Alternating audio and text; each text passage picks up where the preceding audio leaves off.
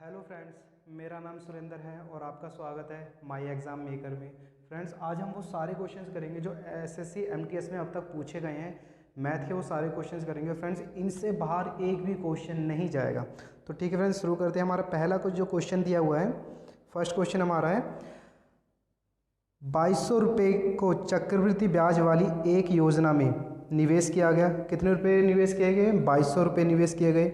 यदि ब्याज की दर 10% प्रतिवर्ष है, यदि ब्याज की दर कितनी है? 10% प्रतिवर्ष है और 2 साल के लिए दिया गया है, तो कुल ब्याज बताना चक्रवृद्धि ब्याज कितना होगा। ठीक है, तो कुल ब्याज बताना कितना होगा। तो देखो फ्रेंड्स, इस टाइप के क्वेश्चनों को हम कैसे करेंगे? इस टाइप के क्वेश्चनों को करने के लिए हम डिजिट सम का प्रयोग करेंगे। तो सबसे पहले आपको फॉर्मूला आना चाहिए कि चक्रवृद्धि ब्याज निकालते कैसे हैं। तो हमारा जो फॉर्मूला होता है वो हमारा प्रिंसिपल होता है 1 + r/100।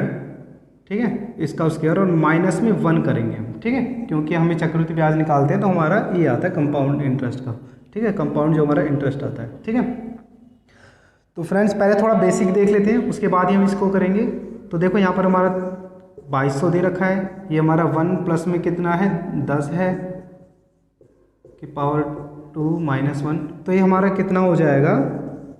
इसको देखो हम डायरेक्ट क्या करते हैं, इनको ना सीधा ऐड कर देते हैं। तो ये हमारा कितना हो जाएगा? 110 हो गया और ये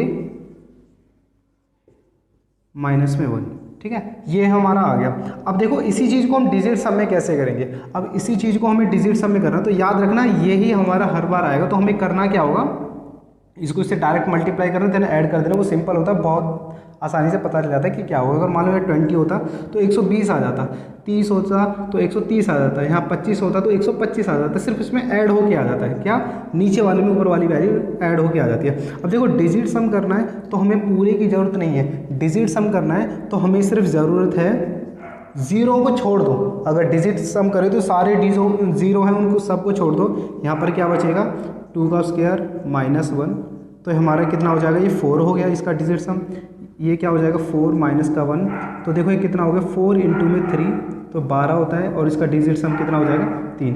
तो ऑप्शन में देखो कि किसका डिजिट सम, ऐसा कौन सा है जिसका डिजिट सम जो है वो कितना है? 12 है। पहला ऑप्शन जो हमारा दे रखा है 462 दिया हुआ है। 462 में हमारा इसका डिजिट सम कितना होगा? 4 × 6 = 10 और 2 = 12, इसका डिजिट सम 3 है। तो ऑप्शन नंबर पहला हमारा करेक्ट हो जाएगा। हम और भी देख लेते हैं कि क्या किसी और का डिजिट सम 3 हो रहा है।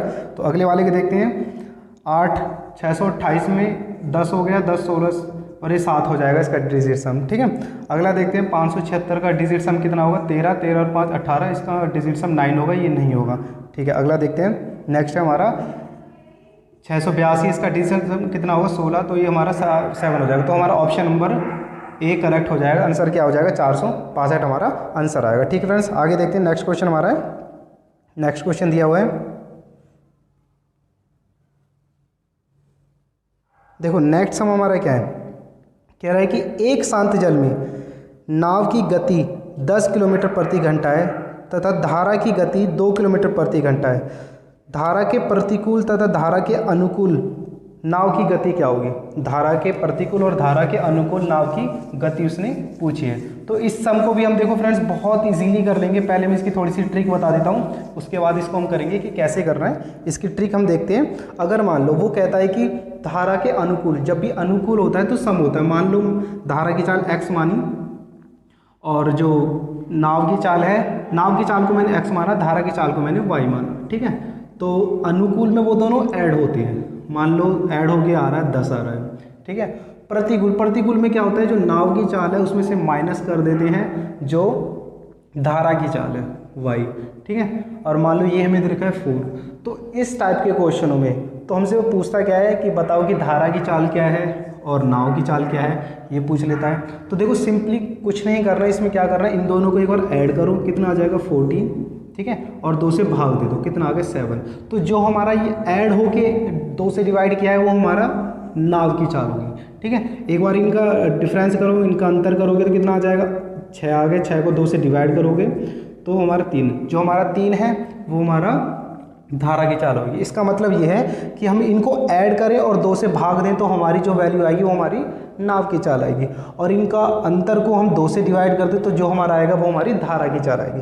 ठीक है, तो इसी टाइप के क्वेश्चनों को देखो हम कैसे करेंगे, ये हमारी ट्रिक है, इसको ध्यान रखना, इसके नोट्स बना लेना कैसे करना है। ठीक है, तो देखो ये हमारा पहला क्वेश्चन हमें दिया हुआ है कि शांत जल में नाव की चाल 10 किलोमीटर है। कितनी? शांत जल में जो नाव की चाल है वो 10 है, इसका मतलब x हमें 10 दे रखा है। अब कह रहा है कि धारा की गति 2 किलोमीटर प्रति घंटा, इसका मतलब y हमें 2 दे रखा है। ठीक है, तो धारा के प्रतिकूल तथा धारा के अनुकूल गति क्या है? तो देखो धारा के प्रतिकूल और धारा के अनुकूल, अनुकूल वो पहले क्या पूछ रहा है? प्रतिकूल पूछ रहा है, फिर अनुकूल पूछा है। ठीक है, तो देखो क्या हो जाएगा, प्रतिकूल में क्या हो जाएगा? माइनस कर देंगे, अनुकूल में क्या हो जाएगा? ऐड कर देंगे, तो हमारा क्या आ जाएगा? 8 और 12, ऑप्शन नंबर 3 हो जाएगा। ठीक है, ऑप्शन नंबर 3 हमारा करेक्ट हो जाएगा। तो हमें फिलहाल अभी एक्स वाई लिखना पड़ रहा है, लेकिन बाद में हमारी इतनी रिवीजन हो जाएगी हमें एक्स वाई लिखने की कोई ज़रूरत नहीं होगी। ठीक है, आगे देखते हैं, नेक्स्ट क्वेश्चन हमारा है। नेक्स्ट क्वेश्चन दिया हुआ है, मोहन तथा सोहन की वर्तमान आयु का अनुपात 2:3 है। मोहन और सोहन की आयु का अनुपात कितना है? 2:3 है। ठीक है, 10 वर्ष पश्चात उनकी आयु का अनुपात 3:4 हो जाता है। तो देखो फ्रेंड्स, इस टाइप के क्वेश्चनों में कैसे करना है, अब वो पूछ कह रहा है मोहन की वर्तमान आयु पूछ रहा है, ये मोहन की है और ये सोहन की है, तो 10 साल बाद वो मोहन की, सॉरी वर्तमान आयु वो मोहन की पूछ रहा है। तो फिलहाल वर्तमान आयु मोहन की आयु का अनुपात कितना है? 2 है। तो ये देखो कि 2 से कौन सा नंबर डिवाइड होता है, तो इसका मतलब option number B, option number second तो हमारा हट गया, सिर्फ क्या क्या बचा? 10, 20 और 30 बचा, ये 2 से डिवाइड हो सकते हैं। ठीक है, अब देखते हैं इनमें 10 ऐड करने पे। अब देखो वर्तमान में तो हमारे सारे फॉलो कर रहे हैं, अब कह रहा है कि 10 साल बाद अनुपात मोहन का कितना है? 3 है। अब इनमें 10 ऐड कर लेते हैं और देखते हैं कि कौन सा नंबर 3 से डिवाइड हो रहा है, क्योंकि वो 10 साल बाद की बात कर रहा है। इसमें हम 10 ऐड करें, क्या वो 3 से भाग होता है? 20 क्या 3 से भाग होता है? नहीं, तो ये नहीं हो सकता। 20 में मैं 10 ऐड करूँ 30, क्या वो 3 से भाग होता है? यस। 30 में मैं 10 ऐड करूँ 40, क्या वो 30 से भाग होता है? नहीं, तो इसका मतलब हमारा क्या हो जाएगा? 20 आंसर आ जाएगा। ठीक है फ्रेंड्स, तो हमारी जो उसकी वर्तमान आयु है वो कितनी है? मोहन की वर्तमान आयु 20 है, तो ऑप्शन नंबर 3 हमारा करेक्ट हो जाएगा। ठीक है, आगे देखते हैं, नेक्स्ट क्वेश्चन हमारा है। नेक्स्ट क्वेश्चन देखो हमें फ्रेंड्स दिया हुआ है, बोल रहा है कि 1224 और 4800 का कितना परसेंट है? जो 1224 है वो 4800 का कितना परसेंट है? तो देखो फ्रेंड्स कितना परसेंट है, हमें देखो कैसे करेंगे, बहुत सिंपल है। 1224 पूछा है किसका? 4800 का पूछा है। ठीक है, परसेंट निकालने के लिए 100 से मल्टीप्लाई करेंगे। तो देखो इस टाइप के क्वेश्चनों में भी हम कैसे डिजिट सम को हम कर सकते हैं। अगर डिजिट सम के लिए कोई वीडियो चाहिए तो मुझे कमेंट करके बताना, मैं उसके लिए एक पर्टिकुलर वीडियो बना के दूंगा। ठीक है, तो इसे देखते हैं, थोड़ा काट लेते हैं। देखो किससे जाएगा? 12 से जाएगा, 12 चौक 48, 12 एकम 12, 12 दूनी 24, फिर 4 से चला जाएगा, 4 दूनी 8, 4 दूनी 8 हो जाएगा। और देखो ये हमारा कितना आ जाएगा? 24.5 आएगा। कितना आएगा फ्रेंड्स? 24.5 आएगा।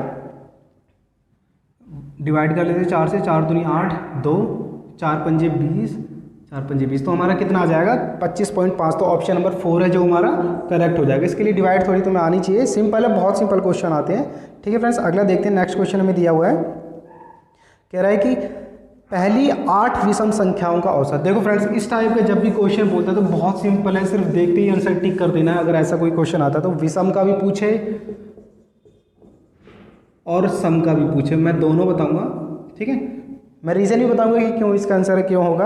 अब वो बोल रहे हैं कि विषम प्रथम, अगर प्रथम आ जाए, प्रथम 8 विषम संख्याओं का औसत याद रखना 8 ही होगा। कितना होगा? 8 ही होगा।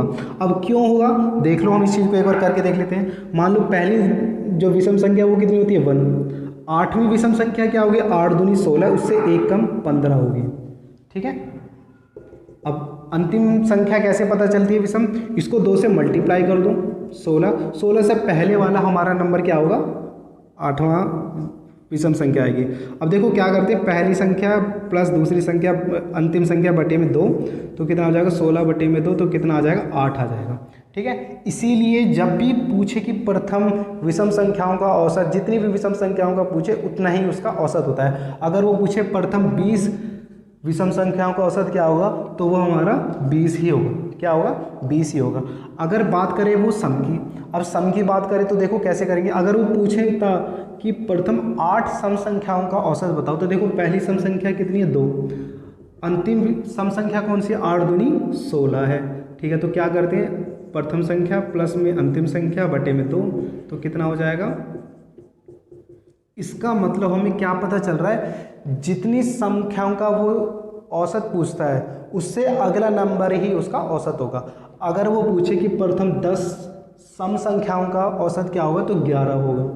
प्रथम 12 संख्याओं का औसत कितना होगा 13 होगा, अगला नंबर ही होगा। जस्ट अभी हमने प्रूव कर लिया क्यों होगा। ठीक है, तो आई होप आपको ये क्वेश्चन समझ में आया होगा। ठीक है, अगला क्वेश्चन देखते हैं। नेक्स्ट हमें दिया हुआ है, नेक्स्ट क्वेश्चन हमारा, एक व्यक्ति एक वस्तु को एक निश्चित मूल्य पर 50% का लाभ कमाता है। ठीक है, बेच देता है उसे 50% का लाभ कमा लेता है। यदि वह इसी वस्तु को आधे मूल्य पर बेचे तो कितने % की उसे हानि होगी। मान लो 100 रुपये की कोई वस्तु थी, उसे 50% का लाभ हुआ, इसका मतलब उसने 150 रुपये में वो वस्तु बेची है। अब वो कह रहा है यदि वह उसी वस्तु को आधे मूल्य पर बेचता है, आधे मूल्य का मतलब अगर वो इसका आधा मूल्य कितना 75 रुपये में बेचे तो उसे कितने % की हानि होगी। तो देखो उसे कितना हानि हुआ है, कितना हानि हुआ, उसे 25 रुपये की हानि हुई है। कितनी हानि हुई है 25 रुपये की हानि हुई है। कितने पर हुई है 100 रुपये पर हुई है। ठीक है, तो कितना हो जाएगा इसका 25% उसका लॉस आएगा। कितना आएगा 25% उसका लॉस आएगा। आई होप ये क्वेश्चन आपको समझ में आया होगा, बहुत सिंपल क्वेश्चन है। ठीक है, आगे देखते हैं। नेक्स्ट क्वेश्चन हमारा है, अब कह रहा है कि 6 वस्तुओं का क्रय मूल्य 9 वस्तुओं के विक्रय मूल्य के बराबर है, तो हानि प्रतिशत बताओ। तो देखो फ्रेंड्स, इस टाइप के क्वेश्चनों में हम क्या करेंगे, वो कह रहा है कि 6 वस्तुओं का क्या क्रय मूल्य, इसका मतलब कॉस्ट प्राइस बराबर है किसके 9 वस्तुओं के विक्रय मूल्य के, सेलिंग प्राइस के। तो देखो फ्रेंड्स, जब भी ऐसा होता है ना तो इसको ना क्रॉस देख लिया करो, इसकी वैल्यू और ये इसकी वैल्यू है। इसका मतलब कॉस्ट प्राइस हमारा कितना है 9, सेलिंग प्राइस हमारा कितना है, सेलिंग प्राइस जो हमारा 6 है। इसका मतलब वो 9 रुपये का तो खरीद रहा है और 6 रुपये का बेच रहा है। 9 रुपये का तो उसने खरीदा और 6 रुपये का बेचा, तो 3 रुपये का लॉस हुआ। 3 रुपये का लॉस हुआ ना, कितने पर हुआ 9 पर, क्योंकि इसने 9 का खरीदा 6 का बेचा तो बेचारे को 3 रुपये का, 9 का खरीदा 6 का बेचा तो बेचारे को 3 रुपये का लॉस हुआ। तो इसका मतलब 3/9 गुना में 100 हो जाएगा, तो 1/3 आ गया। और 100/3 हमारे कितना होता है, ये होता है। ठीक है फ्रेंड्स, तो ये थोड़ी वैल्यू है वो आपको याद होनी चाहिए। ठीक है, आगे देखते हैं। नेक्स्ट क्वेश्चन है, तो इसका जो हमारा आंसर कौन सा होगा, इसका आंसर हमारा ऑप्शन नंबर 2 करेक्ट हो जाएगा। ठीक है फ्रेंड्स, आगे देखते हैं।